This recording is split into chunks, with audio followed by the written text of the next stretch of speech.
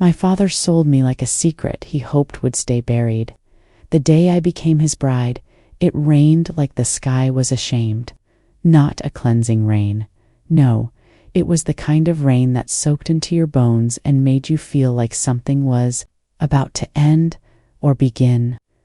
I stood in the back seat of a bulletproof black car, the velvet of my dress too tight around the chest, and watched the world blur through raindrops. The city didn't look any different, still sharp, gray, cold, but I wasn't the same girl I was yesterday, not after the deal my father made, not after the signature that sealed my fate, not after him. His name was Domenico Moretti, the kind of name that made grown men flinch and mothers pray harder. The head of the Moretti family, my husband at least on paper. I hadn't seen his face yet, only the aftermath of what he did. And now he owned me. I told myself I'd survive this, that I'd be quiet, be good, be forgettable. But girls like me don't disappear, we unravel. The car pulled to a stop. A man in a suit opened the door, but said nothing. His eyes didn't meet mine. I stepped into the cold, heart pounding, heels sinking into stone. A mansion loomed ahead, all marble and menace, with windows that looked like watchful eyes. Inside, the silence hit harder than the air. No music, no family, just him. He stood at the top of the stairs like a shadow carved in flesh. Black suit, unmoved, unsmiling, and when his eyes found me, ice gray, like winter. Before it snows, I forgot how to breathe. That's when I knew he didn't see a girl. He saw a weapon, one he intended to keep dull, obedient, and locked away. He didn't. Come down didn't welcome me, just stared then. You will follow 3 rules. His voice was smoke. His silence was fire. 1, never lie to me. 2, never leave without permission. 3, he took a step forward, slow, deliberate. Never mistake kindness for weakness. My throat burned, but I nodded. I was not stupid. I knew what this was, a contract, a sentence, a war in the shape of a vow, but I was also not weak. He moved past me. The scent of expensive cologne and colder intentions followed. We don't pretend here, he said flatly. You are not my wife. You're an obligation, a message to your father. Nothing more. I blinked. Obligation, message, not even worth the pretense of affection. Still, I spoke, quiet, careful. Then why the ring? He stopped, turned, his jaw tensed. I don't leave loose ends, he said. That was all. No explanation, no comfort, and then he was gone, swallowed by the house I was now meant to call home. I should have cried. But something deeper than tears rose in me. Rage, not at him, not even at my father, but at the girl who let herself be caged and called it survival, because I felt it now, not freedom but friction. Something between us had sparked, not desire, not yet, but something dangerous. The first night in that house I couldn't sleep. His footsteps passed my door around midnight. Slow, measured, like a warning. I pretended not to notice, but my heart, it noticed. He didn't knock, he didn't speak, he didn't need to. Power doesn't ask permission, it just takes up space. I lay in bed and stared at the ceiling, counting the breaths between us, waiting, wondering when the lie would begin. Because I already knew the secret. He wasn't just a man who owned me. He was a man who watched me and the ring on my finger. It wasn't a symbol of marriage. It was a silent threat. I closed my eyes, but in the dark, I saw his stare again, cold, unreadable, and somehow already beneath my skin. I thought I could survive him, but I didn't come here to survive. I came here to find out why the man I married already wanted me dead. Some men don't have to hurt you to own you. They just look at you like you already belong to the pain. Morning came quietly, not with light, but with silence that pressed against the walls. The room they gave me was grand, cold, untouched. White curtains barely moved, and the marble floor stole the warmth from my bare feet. I hadn't unpacked. I didn't know if I ever would. I opened the closet. The clothes hanging inside weren't mine. Silk, black, tailored, expensive, chosen for me. He doesn't want a wife. He wants a doll he can dress and eventually discard. I picked the least revealing dress I could find, long sleeves, high neck, but the fabric still clung to me like a whisper I didn't invite. When I finally stepped into the dining hall, it was empty. No breakfast, no voices, just him. He sat at the head of the table, one hand on a black coffee, the other holding a phone he wasn't even looking at. His eyes were on me. "Sit," he said, without warmth. I did, not because I wanted to, because his tone said, "Don't test me." "I'm not hungry," I murmured. He didn't blink. I didn't ask. A maid appeared ghost-like, placing a single plate in front of me. Fructose tea. Domenico never took his eyes off me. Every bite felt like a command, every movement a performance. I didn't know the rules of this game yet, only that losing would be permanent. Then, calmly he spoke. "You were supposed to be your father's leverage, his shield, the innocent daughter, untouched by blood." His gaze narrowed. "I don't believe in innocence." A pause. The room held its breath with me. "You think I had a choice," I said, my voice barely audible. His stare didn't soften. "I think you're here. That's all that matters. So I am nothing but a pawn, and yet he watches me like I could be more. Like I'm a threat he hasn't figured out yet." I pushed the plate away. Something in him shifted. Slight, dangerous. "You will eat what's served. Speak when spoken. 2. And never forget who owns your silence." The words were soft, lethal, but I didn't flinch. Not this time. "And what if I forget?" I asked. Almost a whisper. He stood slowly, came around the table, stopped behind me, his breath brushing the back of my neck. Then his fingers touched my jaw, tilting my face upward, forcing me to meet his eyes. His touch wasn't violent, but it wasn't kind either. It was a reminder of who held the match and who was already burning. "If you forget," he said quietly, "I'll remind you in ways you'll never forget again." I didn't cry. Not in front of him, because his power didn't live in what he did. It lived in what he could do, and how close he kept it, just beneath the surface. And yet, beneath the threat, there was something else, a hesitation, a fracture in the monster he wanted me to see. Later that night, I found the locked door at the end of the west corridor, away from every guarded room, black wood. Gold handle, no keyhole, no guards, just stillness, and the faintest sound like a piano muffled through a dream. Why would a man like him have music in his house, and why would he keep it hidden? I didn't knock, but I didn't leave either. I stood there for minutes, listening, breathing. Then I turned and he was there, Domenico, in the dark, watching. His shirt unbuttoned at the collar, his eyes unreadable. He said nothing. I stepped back. I didn't mean to.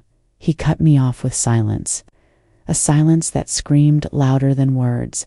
"You don't belong in this part of the house." But I heard his hand struck the wall beside me, not touching me, but close. Too close. "You hear nothing. You see nothing. You see nothing. You are here to be quiet." But I'm done being quiet. I met his eyes, and for the first time, I didn't look away. And he noticed the shift, the defiance. The girl he thought would stay silent wasn't anymore. I could have run, I could have apologized, but instead I whispered the first truth that tasted like freedom. You can keep the house, the rules, the silence, but you'll never keep my soul. For one brief, breathless moment, the mafia boss, the monster everyone feared, hesitated. His hand lowered. His voice, when it came, was low.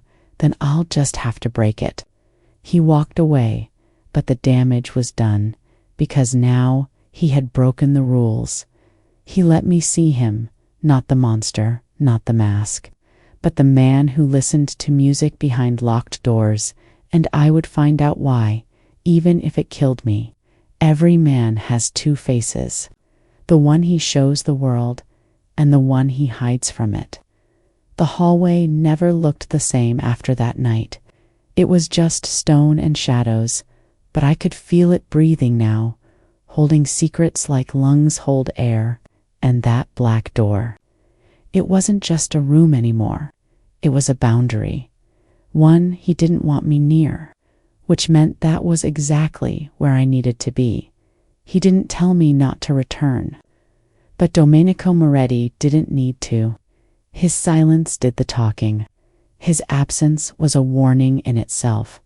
But silence can't cage curiosity, and his stare had changed. That morning, he didn't join me for breakfast. The maid didn't meet my eyes. The guards avoided the east corridor. Only one person acknowledged me at all, a man I hadn't seen before, tall, sharp-boned, and dressed in a suit like it was armor. He approached me slowly, with a smirk that didn't touch his eyes. "You're the new Mrs. Moretti," he said. "Or whatever they're calling you now." I straightened. "Who are you?" He looked amused. "I'm the man who'll bury you if you don't learn fast. Threats are only scary when they come from strangers. This one didn't feel like a stranger. He felt like something worse, familiar, watching, waiting. Before I could speak, Domenico appeared, not from behind me, from the shadows of the West Wing, the one with the locked door. His jaw was tense, his eyes colder than I'd seen them. "Leave," he told the man. The man smiled again, mocking. "You never liked it when I met your toys." Domenico didn't answer with words. He moved fast, brutal. A fist slammed into the man's jaw so hard, the crack echoed down the corridor. Blood hit the marble in a red bloom. "You don't speak to her, ever," Domenico said, through gritted teeth, but unsure who I should fear more, because that wasn't a warning. That was a message, not just for him, but for me.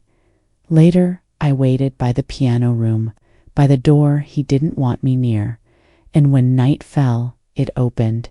He didn't speak when he saw me. He just stood in the doorway, shadows curling around him like smoke. I met his gaze, quiet, unflinching. "You play?" I asked softly.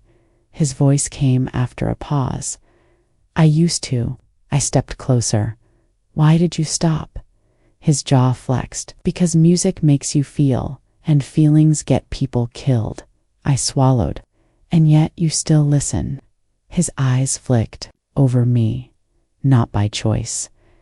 That was the first real crack, the first glimpse of the man under the cold. The room behind him wasn't what I expected. No gold, no grandeur, just an old piano dust, a single photograph on the mantel, blurred with age, but two boys stood in it. One of them looked just like him. "Your brother?" I asked, stepping inside. He didn't stop me. He didn't confirm it either. I reached out to the photo. "But firm don't," he said. Our eyes locked, his fingers still on mine. Something passed between us. Not heat, not yet, but something dangerous.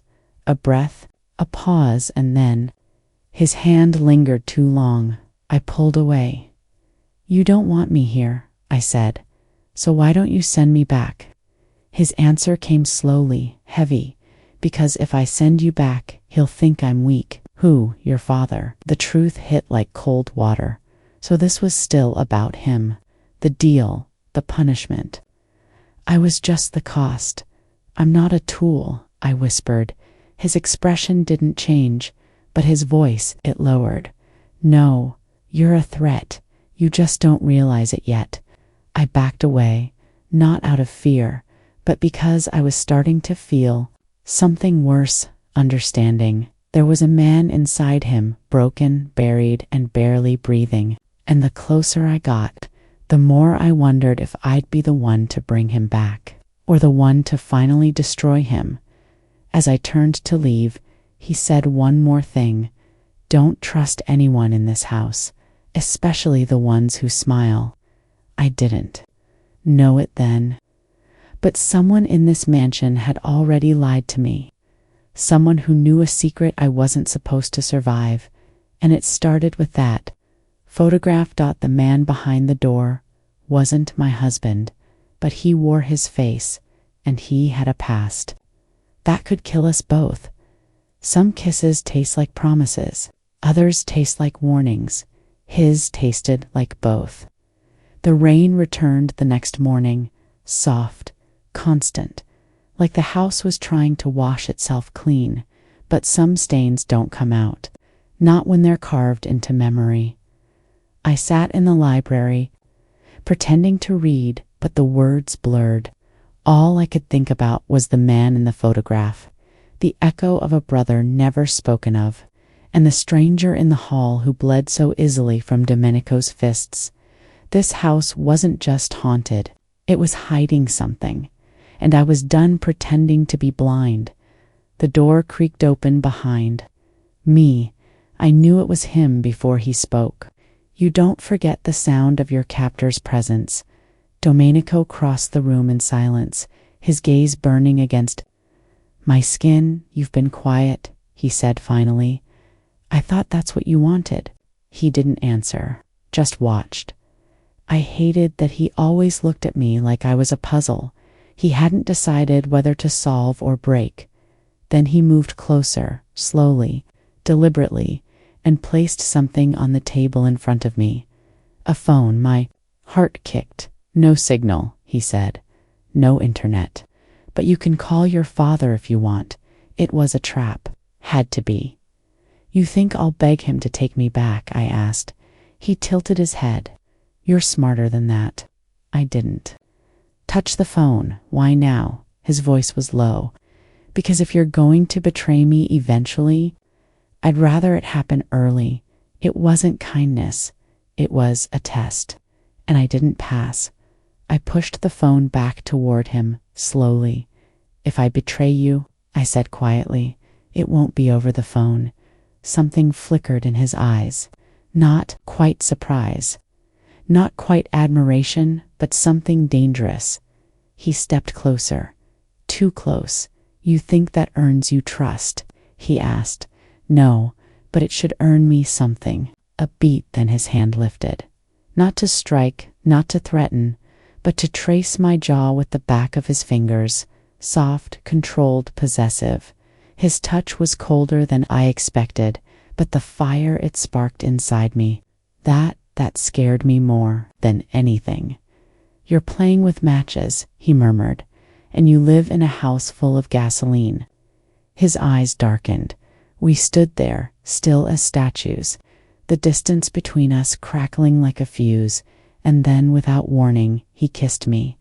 Not soft, not slow, but calculated. A claim, not a confession. His lips crushed mine, stealing breath, balance, and logic all at once. It wasn't about wanting me. It was about reminding me who had the power, and who could take more than just my freedom. But I didn't pull away.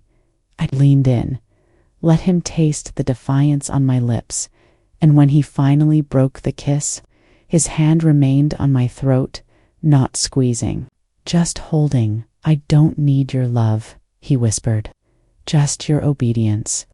My voice shook, but I forced the words out. Then stop kissing me like you want more. His hand dropped. He took a step back, like the contact had cost him more than it cost me. "You don't understand the rules yet," he said. "Then explain them. You don't ask questions. You survive them." But survival wasn't enough anymore. Not when the kiss had tasted like something neither of us were ready to admit: hunger, regret, and maybe. A crack in the armor. Later that night, I found a note beneath my pillow. No name. No handwriting I recognized. Just one line: "He isn't the only one watching you." The kiss had been a distraction, but someone else in this house already knew the truth, and they were waiting for the perfect moment to use it. He didn't come into my room with footsteps. He came like a thought you can't unthink. I woke to the scent of him: leather, cold air, a hint of smoke that didn't come from any fire. The room was still cloaked in darkness, the moon bleeding through the sheer curtains. My breath stilled. He was there in my room, in my space. Domenico stood near the edge of my bed, jacket undone, shirt wrinkled like he'd been out doing things I wasn't meant to know about. No sound, no warning, just him, quiet as a secret. "You're not supposed to survive." I sat up slowly. My pulse pounded. "What are you doing?" His voice was low, flat. "You talk in your sleep." I froze. "About what?" He stepped closer, and for the first time, I saw something in his eyes that didn't look like control. It looked like suspicion. "You said my name," he replied. Twice. I swallowed hard. "That doesn't mean anything." "It does if you whispered it like a prayer or a curse." He stared at me too long, too deep. There's a kind of silence that undresses you without touching skin. That's what he did to me now. Stripped me bare, not with hands, but with knowing. Then he sat right on the edge of my bed. The mattress dipped. The air thickened. "I told you not to trust anyone in this house," he said, eyes still on me. "That includes me." "Why?" I whispered. "Because I will break you if it protects what's mine." I tensed. "Am I yours?" His reply came too fast. "Yes, not a promise, not a threat, just the truth." Served like a knife, he leaned in, fingers brushing the hem of my blanket. "I should sleep alone," I murmured. "You should do a lot of things," he said. "But here you are." He touched my wrist, not rough, not possessive, just enough to make the air catch fire. Then he added quietly, "And here I am." He was never going to ask permission, but that night he didn't need to. He laid down beside me, not touching, not sleeping, just there, watching the ceiling like it might collapse. I lay still, my eyes wide. The room had never felt smaller or more dangerous. "Did you put the note under my pillow?" I asked. His silence stretched, then no, and yet something in his tone shifted. Like the truth was heavier than the lie. He hadn't written it, but he knew who had. "I need answers," I said quietly. He turned his head slowly, met my eyes in the dark. "No," he said, "you need protection. But from who?" He didn't respond, and I understood then it wasn't just one enemy. This house had layers of war beneath the marble and silk. Old blood, new alliances, and I had been dropped into the middle of it. As bait, I wasn't a wife. I was a wedge. A threat disguised in white. I turned on my side, facing him now. His eyes were open. His voice came like a hush. "If anyone comes for you in your sleep, shoot to kill. I don't have a gun. You will tomorrow." A pause. Then he added, "And if I'm the one who comes for you, don't miss." That was the most honest thing he'd ever said. And the most terrifying. We didn't touch that night, but I didn't sleep either. Because even as he protected me, I could feel it. He was the one already inside my walls.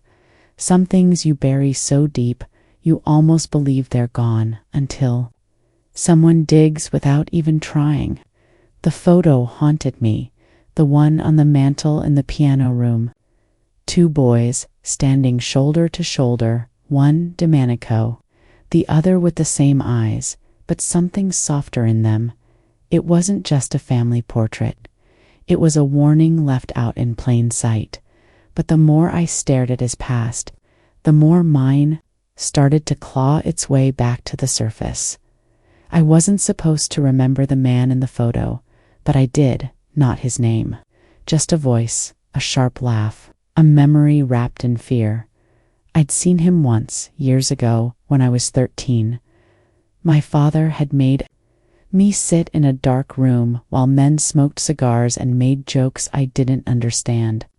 One of those men was the boy in the photograph, older now, crueler. He'd pinched my cheek and whispered something in my ear that made me flinch. "You'll make a fine little bride someday." I never told anyone, because in my family, silence was the only protection we had. But now he was here, and now I lived under the roof of his brother. Or was it his killer? Because if that man had died and Domenico refused to speak his name, then the silence had weight. Maybe it wasn't guilt, maybe it was revenge, or maybe it was both that afternoon. I waited until Domenico left for one of his meetings, the kind no one dared ask about, and slipped back into the piano room. The photograph was gone, just gone, erased like someone new I'd looked to. Long, but something else had been left in its place. A folded note. Not in Domenico's handwriting, just 2 lines. Ask him what happened in Palermo. If he answers, run. My pulse quickened. Palermo, a place I'd heard whispered growing up, always followed by silence or spilled whiskey. That night, I asked, we sat at opposite ends of the long dining table. Food untouched, eyes locked. What happened in Palermo? The silver fork froze halfway to his mouth. Then slowly, deliberately, he set it down. "Who told you that?" I didn't blink. "Does it matter?" His voice was ice. "Yes, it does. Because the truth wasn't just dangerous, it was personal." He stood, came toward me with a kind of quiet fury that made the floor seem to shrink beneath my feet. "Was it a guard?" he asked the maid. "One of my men?" "Why won't you answer the question?" I said, refusing to move. He was close now, too close. "Because Palermo is the reason your father offered you to me," he said flatly. The room stopped breathing. I did too. So it wasn't just a marriage. It was a trade, a penance. "What did you do?" I whispered. His gaze burned. "What do you think?" I swallowed hard. "I think you killed someone you weren't supposed to." His silence said everything. He didn't deny it, didn't look away, just said, "I did what your father couldn't." And then he added, "And I regret none of it." But I wasn't asking for his guilt. I was trying to figure out where our stories touched, and why it felt like mine had been rewritten by his choices. That night, I searched through the drawers in the West Wing, found a hidden compartment inside it, a key. Old gold ornate, taped. Beneath was a photo I hadn't seen before of me young, standing in front of my old school, looking scared. It wasn't taken by a stranger. It was surveillance. Years old, I didn't cry, but my hands shook as I held it, because now I knew this didn't start with the wedding, or the kiss, or the deal between men. This started when I was a child, and someone, maybe Domenico, maybe not, had been watching me for a very long time. The photo in the piano room wasn't his only secret. The photo I'd just found, that one was mine. You can't belong to someone if you were already sold to someone else. The photograph didn't lie, but Domenico did, with silence, with glances that held too much knowing, and with the illusion that this all began the night I walked down the I'll dot it DIDN single quotes. He knew me before I knew him, and if that picture was real, then someone had claimed me long before this marriage, which meant I wasn't just a bride. I was a bargain that started years ago, and I had no idea what I was worth. I didn't sleep that night. I waited until I heard the lock click and his footsteps enter my room again, uninvited. He didn't speak, just walked to the edge of the bed like he owned the shadows. But this time, I didn't stay still. I rose to meet him, the photograph clutched in my hand. You said you didn't know me before this marriage. His eyes narrowed. I didn't. Then explain this. I shoved the photo into his chest. He didn't flinch, didn't even look surprised. He took it, looked at it once, then calmly tore it in half. That was the moment I realized something terrifying. The lie wasn't in the photograph. It was in the man who destroyed it. Where did you find this? He asked, voice low, dangerous answer. Me first. He stepped closer. You're not in control here. I was never in control. I just didn't know how deep it went. His jaw clenched. That photo should never have resurfaced. So it's real. A long silence. Then finally his voice cracked. You were meant to marry someone else. My stomach dropped, not from heartbreak, from betrayal I hadn't earned, but still carried like a wound. Who? I asked. He stared at me, cold, silent. Then finally, my brother, the boy in the photo. The man who whispered things to me when I was 13. The one who made my skin crawl before I knew why. Your father promised you to him when you were a child, Domenico said, to settle a blood debt. My brother chose you. My throat burned, and you let it happen. I was away, he said. I came back a week before the wedding was set. Found out what kind of man my brother had become. He stepped closer, the storm behind his eyes rising. I ended it. You killed him. He didn't deny it. The man I married was not my savior. He was my replacement captor. A trade, not a rescue. You took me for yourself, I said, voice shaking. You didn't save me. You stole me. I protected you, he snapped. Double quotes. No, you possessed me. A breath passed between us like a slap. Then his hand grabbed my chin, firm, trembling. You think I wanted this? He growled. You think I planned to take a girl my brother marked like cattle and keep her under my roof? His voice cracked again, quieter now. I wanted to kill him and let it end there. But your father begged, not for you, for his reputation. So this wasn't just blood politics. It was shame. Shame dressed up as mercy. I stared at him, fire building in my throat. Then why marry me? His grip faltered, because the only way to stop men like my brother is to own what they wanted most. That was when the last part of me shattered. The part that still thought maybe, I was something more than a transaction. I'm not yours, I whispered. His voice came cold. You wear my ring. I wore it before I even knew what it meant, and now you do. I tore the ring from my finger, let it fall to the floor between us. His eyes didn't leave it, not for a long time.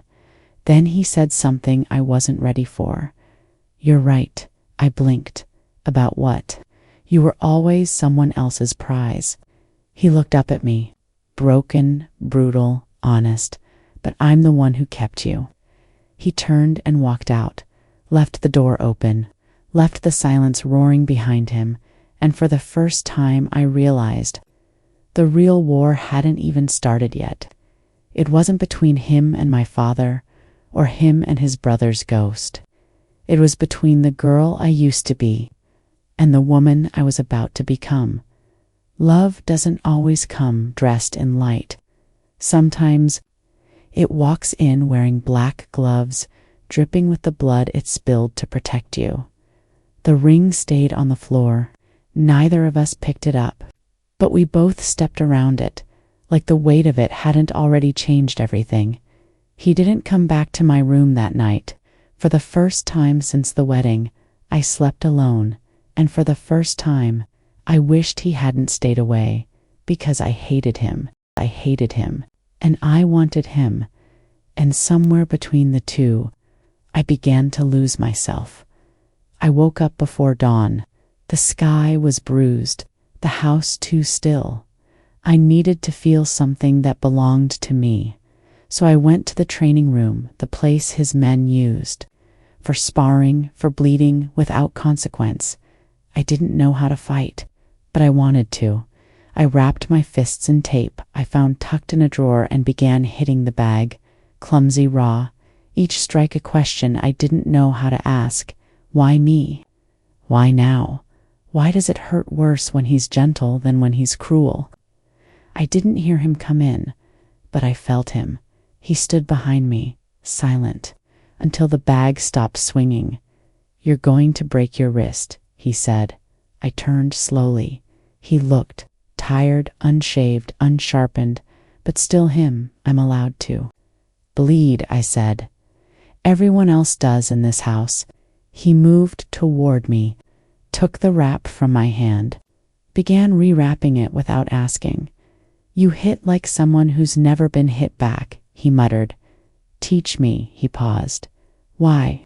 So next time you hurt me, I can hurt you back." His eyes lifted, locking with mine. There it was again, that flicker of something real, a wound under the armor.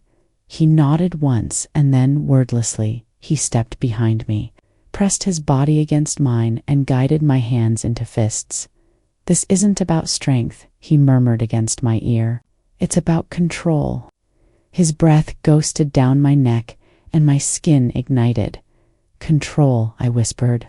"Is that what you think this is?" He didn't answer with words.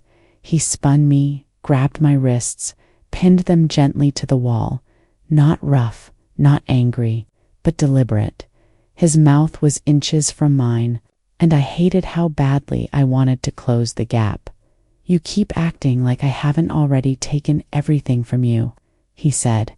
"You haven't," I breathed. "Not yet." And then he kissed me, not like last time, not with dominance. This kiss was slow, tormented, a war and a surrender wrapped in a single breath. It tasted like the first time I'd ever been kissed by a man who knew what it meant to die for someone, or kill for them. He let my wrists go. His hands moved to my waist, my back, the base of my neck, like he was mapping out the places where I'd break and marking them for later. When he finally pulled away, I didn't step back. I said the one thing I never thought I would. "I don't care that you killed him." His jaw flexed. "I care that you didn't tell me who I really was to you." Double quotes. Silence. "Then you were never supposed to know." "Know what?" His answer came like a whisper ripped from a wound. "That I chose you the moment I saw you." My stomach nodded. "But you said I lied." He looked away. "I've been watching you for years, not because of my brother, not because of your father, but because you reminded me what it meant to feel. There are truths that hurt worse than lies, because once you hear them, you can't go back to pretending." "I swore I'd never love a killer," I said. His reply was instant, "and I swore I'd never fall for something soft." A pause, then he added, "But here we are." He touched my face, thumb brushing my bottom lip, like he didn't trust it was real. "You make me weak," he said, "and that terrifies me." I leaned into his hand. "And yet you make me feel strong," I whispered. We stood in that room, no vows, no guns, no games, just two broken things, finding the shape of each other. Maybe he didn't save me. Maybe I didn't tame him. But somewhere in this blood-stained castle, we'd both found something worth bleeding for. Some promises are written in vows. Ours was carved in silence and broken by the sound of a single gunshot. The morning after the kiss, something shifted. Not just between us, in the house itself. It breathed differently, tighter, heavier, whispers curled through the halls. Like smoke. Someone had returned. Someone no one would name, and I knew it before I saw him. Before the blood came back to the walls we'd tried to scrub clean, we sat at breakfast like strangers again, Domenico at the head of the table, me at the far end. I hated the space, but I understood why he needed it, because if he touched me again, he'd lose the last part of himself still made of steel. He gave no signal that the night before had meant anything, no glance, no word, just silence. But then a guard rushed in, tight-lipped, sweating, and whispered something in his ear. His jaw turned to stone. He stood, "You, with me." Not a request, a command. I followed him through the corridors, past locked doors and guarded wings, until we reached the basement. He unlocked a steel door I'd never seen before. Inside, a man, handcuffed to a chair, beaten but smiling, and I recognized him. Instantly, the smirk, the voice. The same one who bled after calling me a toy in the corridor days ago. The brother's ghost hadn't returned, but the bloodline had. "I thought you killed him," I whispered. Domenico's voice was flat. "Not this one. He's the cousin." The man grinned at me, mouth bloodied. "She knows me." My stomach churned. "I told you she'd remember." Domenico stepped forward, knuckles white. "Why are you here, Luca?" Luca spat on the floor. "Same reason you are, cousin. To keep what's mine." The word hit me like ice water. Mine, again. Always that word. He looked at me, grinned wider. "You think he married you for love, little dove. He married you because I was coming to collect." My heart stopped. "No." Domenico didn't move. "Didn't deny it," Luca laughed. "He knew I still had the contract, your father's old promise, binding in blood. And if he hadn't stepped in first, I cut him off. You were going to take me. I own you," he hissed. Domenico's fist hit him before I even saw him move. Luca hit the ground, coughing blood, laughing. "You think you saved her?" he spat. "She was already paid for. You just changed the packaging." I turned to Domenico, eyes burning. "Tell me it's not true." His silence said everything. He didn't marry me to protect me. He married me to block the contract, to make me untouchable under his name. I backed away. The room spun. "You said you chose me." "I did." When his voice cracked. Too late, and that was the cruelest truth. Love that arrives after the deal is already done. Suddenly, glass shattered from above. A bang. A scream, then a gunshot. The sound tore through the walls like a scream. Domenico shoved me behind him. Another shot. A guard burst into the room. There inside, Domenico grabbed my hand, dragged me through a back exit. The house shook. Voices shouted, and then I felt it, heat burning, a sting just under my shoulder. I stumbled. He turned, eyes wide. "You're hit." The pain came slow, like betrayal, like truth. Blood soaked through the side of my dress, warm and shocking. "I'm okay," I gasped. "You're not." He pulled me into a side hallway, pressed me against the wall, hand clamped over the wound. His eyes, they weren't cold now. They were terrified. "I shouldn't have let this happen," he said, voice shaking. "I should have kept you locked away." I touched his face, fingers trembling. "Then I would have never found out who you really were." He called me his. But it was the bullet that proved it, because when it hit me, he broke. His hand curled behind my neck. His forehead touched mine. I'll kill them all, he whispered. Every man who touched this house tonight, even if one of them was your family. He pulled back just enough to meet my eyes, especially if it was, because blood means nothing when love bleeds louder. Wounds are simple. They bleed, they burn, they close. But heartbreak stays silent while it kills you slowly. I woke up in the dark. The sheets smelled like smoke and salt. My shoulder throbbed, sharp, rhythmic. But it wasn't the pain that woke me. It was the quiet, not the usual kind that lingered in this house. This silence was worried, and it was him. Domenico sat in the chair beside the bed, arms on his knees, head down. He hadn't moved for hours, not even after everything burned, not even after the blood was mopped off the marble. He just stayed. You're alive, he said without looking up. I think so. You lost too much blood. I shifted, winced. You didn't answer the real question. He finally looked at me, eyes red, jaw tight. You hate me now, he said. I didn't answer because hate wasn't the word. Not anymore. It was worse. I understood him. And understanding the man who broke you is its own kind of heartbreak. Luca escaped, he said. My breath caught, but not before leaving behind a message, one meant for you.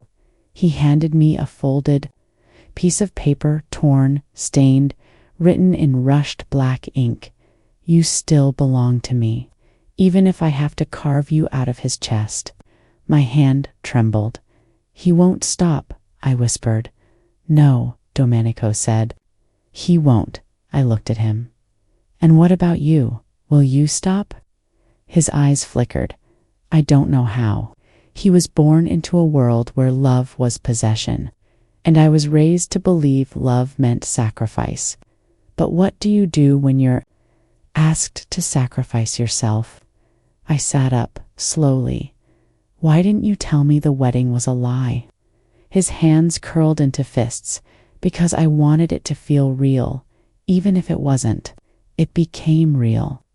I laughed, not with joy. You don't get to say that after hiding everything. I was trying to protect you. You were protecting your claim, not me. The truth cut sharper than the bullet ever could. He stood, pacing the edge of the room. I've never known what to do with something I care about, he muttered. Then don't call it care. That stopped him. He turned back to me, slow. What would you call it then? I met his gaze. Control. We stared at each other across the room, to people who shared a bed, a secret, and now a wound that neither could close. I didn't want to love you, he said softly, but you do. His silence said yes. I whispered, and I didn't want to need you, but you do. My silence answered him. Need isn't trust, and love doesn't erase betrayal. But sometimes the enemy who breaks you is the only one who knows how to put you back together. He stepped closer, knelt at the edge of the bed, took my uninjured hand. When I killed my brother, he said, I thought it would be the hardest thing I'd ever do. He looked up. It wasn't.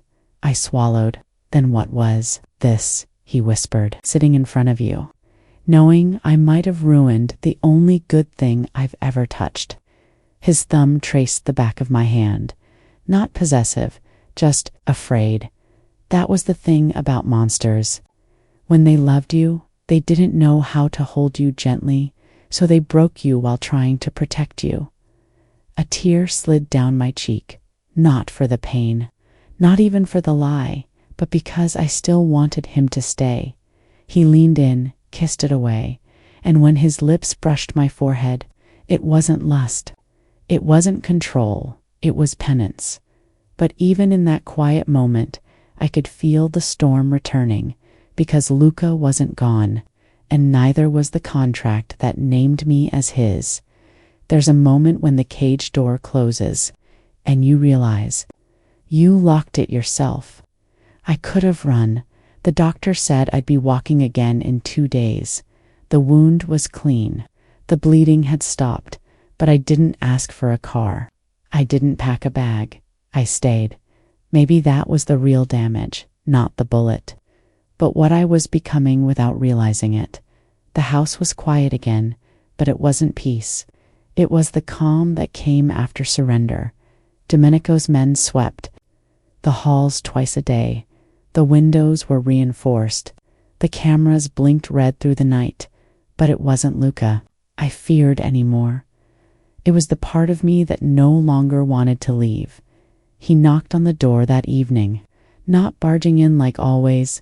He waited. I let him in. He didn't speak at first, just looked at me, eyes colder than the bruised sky outside. But something behind them, tired. He reached into his coat pocket and pulled out a folded paper. I had the contract revoked. I stared. What? He unfolded it on the table. His signature, a smear of blood. The old family seal burned black. No one owns you now. And just like that, the chain was gone. But my knees still didn't move, because I couldn't remember how to stand without it. You did this for me. He didn't answer right away. I did this because you should never have been part of this world. My world. I laughed, bitter, quiet. I live here. I wear your name. I bled in your war. You weren't supposed to, he said, but I did. We stared at each other, the contract on the table, the past between us like glass no one wanted to shatter. He moved first, sat across from me. I want to give you a choice. My throat tightened. I don't trust your choices. I know. He looked down, then back up. You can leave. Tonight, I'll send guards with you. No one will stop you. And if I stay, his voice dropped, then you'll be choosing me. Not protection, not safety, just me. I looked at the door, at the window's dot, at the freedom waiting just one breath away. But my feet didn't move because what if love was the most dangerous cage of all? He broke me. He saved me.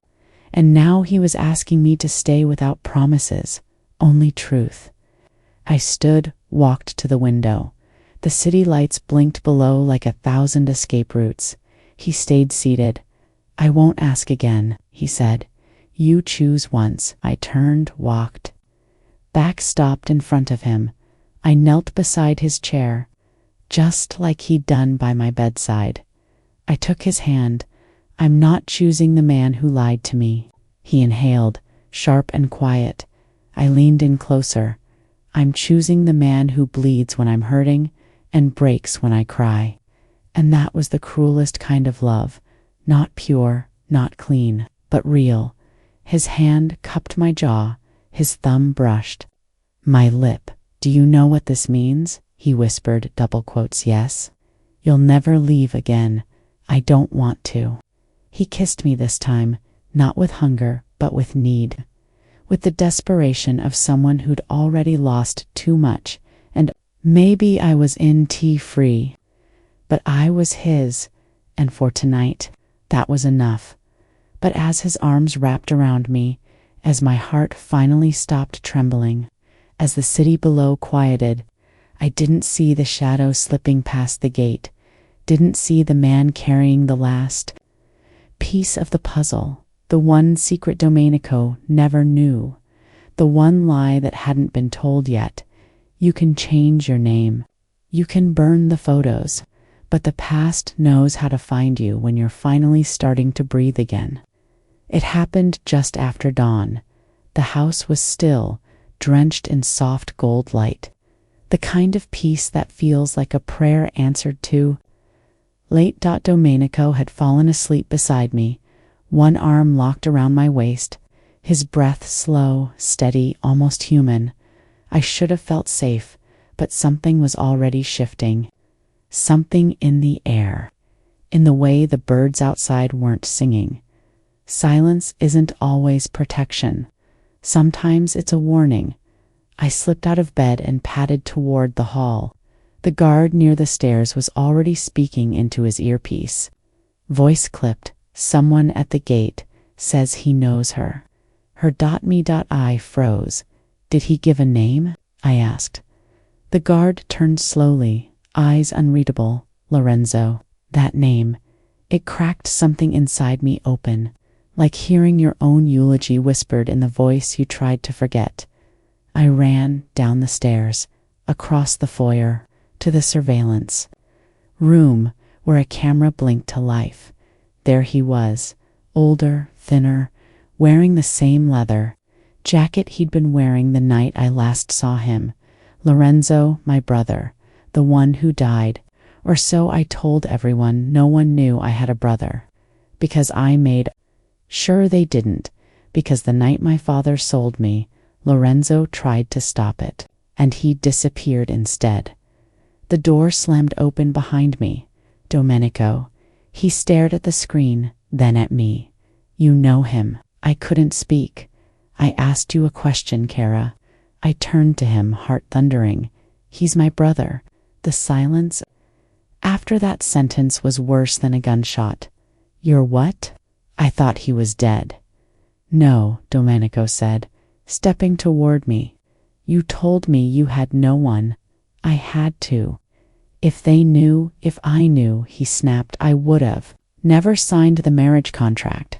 That hit harder than it should have, because for the first time, I realized I hadn't just been his victim. I'd been lying too, about who I was, about what I'd lost, about what I was willing to sacrifice to survive. "He's not here to hurt you," I said. "He's here because someone told him where you were." That stopped me. We were. That stopped me.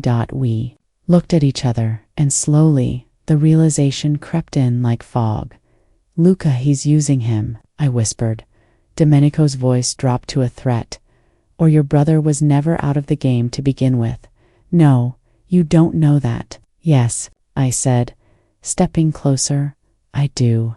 Because despite the years, despite the silence, despite the weight of everything I buried, my brother had come back for me. I need to see him. That's not happening. I need to." "You're not stepping foot near that gate without a bulletproof vest and 6 guards. I'll go alone if I have to." "Then I'll lock you in this room," he growled. We stood there, 2 liars, 2 broken things trying to keep each other from falling apart. And in that moment, I realized something terrifying. I didn't trust either of them, not fully. But I needed them both, I whispered. "You said I had a choice. This isn't that kind of choice." "Then maybe I never had one at all." He looked at me like he already knew he was losing. Then he stepped aside. "5 minutes," he said. "That's all you get." I walked toward the front door, and with every step, my heart broke a little more, because the man waiting on the other side of the gate was the last person who remembered who I used to be. Some truths aren't weapons, they're bombs, and once you drop them, no one walks away untouched. The second I stepped through the gate, I knew Lorenzo wasn't here to say hello. He was here to say goodbye. His eyes scanned my face like I was someone he'd memorized and lost in the same breath. "You're alive," I whispered. He didn't smile, barely. His voice still had the fire, but the edges were burned, like the world had used him up and spit him back out just to haunt me. "Where have you been?" He shook his head. "That doesn't matter. What matters is this." He pulled out a small black envelope from his coat. "Everything you believed about your marriage, your father, even him." He nodded toward. "The house was built on this lie." I took it with shaking hands. Inside, 1 photo, 1 name, 1 bank transaction, and a signature that didn't belong to my father. It was Domenico's. He'd paid for the marriage deal before my father ever agreed. He created the setup, planted the circumstances, made sure I had nowhere else to go. The betrayal cut deeper than the first, because this time I loved him. I came to take you back, Lorenzo said. We can disappear tonight. But my body didn't move, because somewhere inside me, the war had already begun. Do I run with the truth or stay with the lie that became my home? Behind me, I heard the doors swing open. Domenico stood there, no guards, no gun, just him. He saw the envelope. He saw my face, and he knew. You told me I had a choice, I said. I did, he answered softly. But I hoped you'd never learn enough to use it. I never said she did. They stared at each other, two men who both thought they could save me, but I didn't need saving anymore. I stepped between them. Enough. Both men fell silent. I looked at Domenico. You made me your prisoner long before I ever loved you. No, and still I stayed. He blinked, pain flickering behind the cold. Then I turned to Lorenzo. You disappeared when I needed you, and now you think showing up with a secret will fix everything. Everything. He looked down. I took a breath that didn't tremble. Neither of you get to choose what happens next, because for the first time since this all began, I remembered who I was before the lies, and who I became because of them.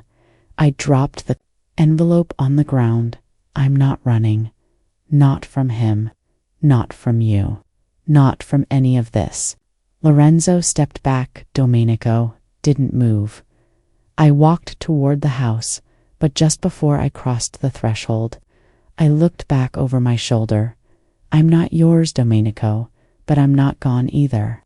He nodded once, and for the first time, he looked afraid of losing something he couldn't control, and maybe that's what power really was. Walking away from the fire and knowing it won't consume you anymore. I didn't choose love. I didn't choose blood. I chose me, and that was enough. She walked into the fire and came out forged, not broken. If this story burned its way into your heart, like if you stayed up late just to hear how it ends, comment with, she chose herself.